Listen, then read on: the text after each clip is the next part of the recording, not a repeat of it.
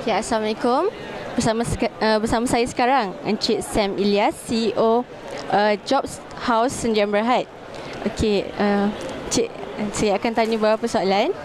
Okey, bagaimana Job House Sdn Bhd boleh menyumbang dan terlibat dalam karnival ni? Okey.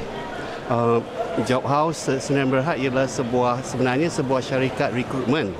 Tetapi dalam dia buat niaga rekrutmen, they can also buat niaga in terms of event dan juga training. So kami telah berkecimpung dalam event ni dah lama. Kami membuat lain-lain event di lain universiti. So our expertise dalam event ni is kita bawa the professional event management.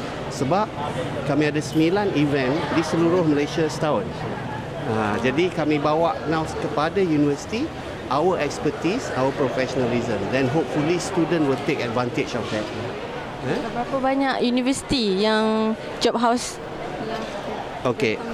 Alright. Sekarang ni, alhamdulillah, for this year, UUM is the first university. Okay.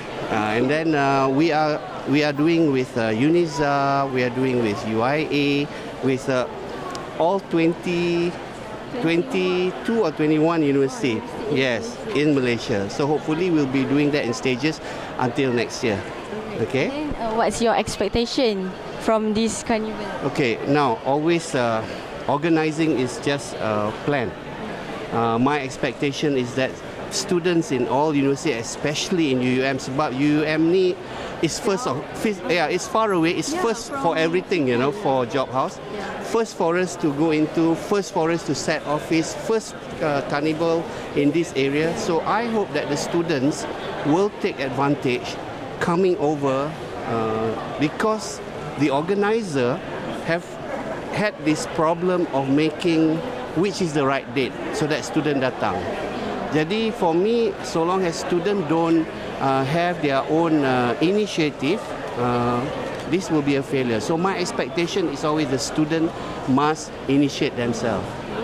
Ya, peluang ya. Sebab kerja ni, the clients that we bring semua nak employ. Jadi apa kata kalau tak ada student datang hari ni? Susah kan? Jadi memang expectation is for student to come, register and get the jobs. Okay? Thank you. Thank you so much. Thank you.